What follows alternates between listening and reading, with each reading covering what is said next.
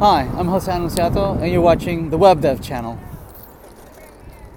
All right, so right now we have rendering of these courses that we're retrieving from database, right? And it's coming back as JSON, and we're dynamically adding them and rendering them. But I'd like to be able to add maybe as the first element of this table, perhaps an input field, right? Maybe with a button that if we click on it, we add a brand new course, right? So let's do that. At the very beginning of the table, as part of the heading of the table, let's add an input field and a button, okay, as the first row. So let's add a brand new row to the table. Okay, so let's go back to the this is the course list, and we have here's the table head. That's the very first row in the table head, and so we're going to add a new row there. And that row is going to have, in the first column, is going to have an input field, and the second column is going to have an add button. Okay. All right, so let's do that. How does that render? Let's see how that renders. Okay, it renders like that. That presumably is an input field, but it hasn't been styled. So let's style it and make it look a little prettier. So this will be maybe class name, so form control. Let's see. Okay, that looks a little better.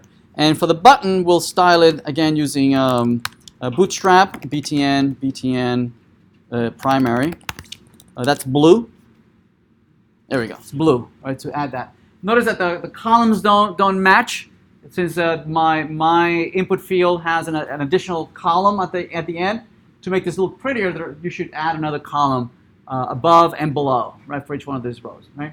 Especially if you want to add like delete over here, right? Remove a course, we can add another column at the end, right, to remove that one course. All right, so that's excellent. Let's keep going. Now that we have an input field, if you remember when we worked with forms, right, we needed to somewhat listen for the changes in our form, right? As it changed, we needed to somehow store it in the state. Right, that the values have been changing. All right, so let's do that. Let's add an event handler on the input field. On the input field, we're going to add an event handler as you type, right? Whereas the button, when you click on it, it'll be to create a new course. Yes. So let's create two event handlers. One for the input field. So here's my input field. So on change. Is going to call some function called title changed, right?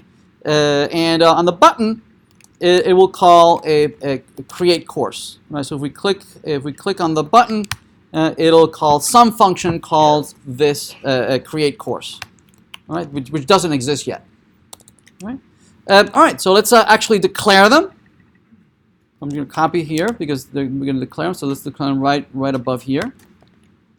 Right, so here they are. Right now they're not doing anything.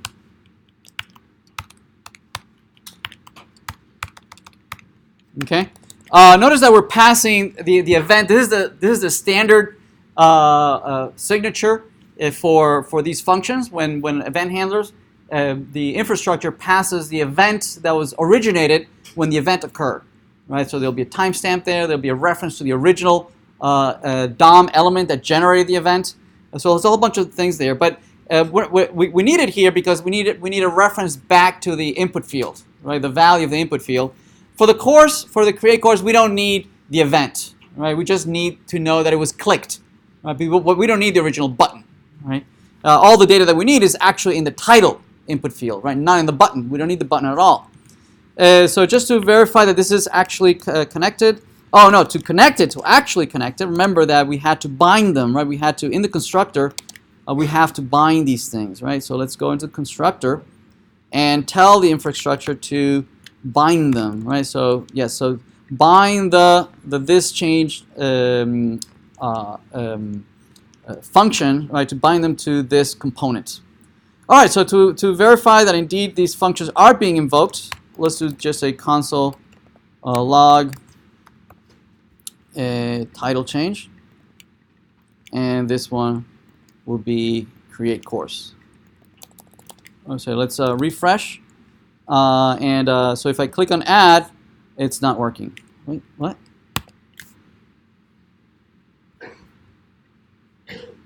Okay, there we go. Or if I type, every time I type, it sends an event, right?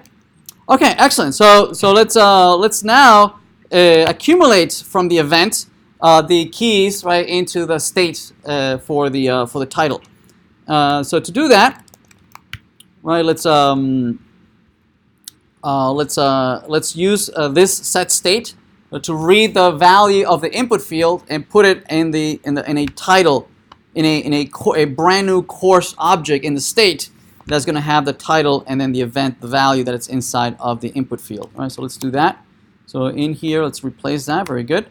In the create course, we're not going to do anything just yet. Right? Let's see if we, as we type, we should be able to see an object that represents the course that we are. Notice this is the entire state. See that? The entire state contains the course that I'm editing with the title, plus all the courses that came from the server. Yes?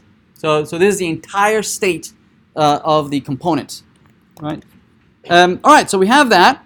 In the create course, we can use that state, right? That course object that we've been editing, that we're updating, we can use it to go back to the server, and say, hey, here's a new course I want to insert, right? And then send it over and post it to the server, right? So let's do that. We'll do that next.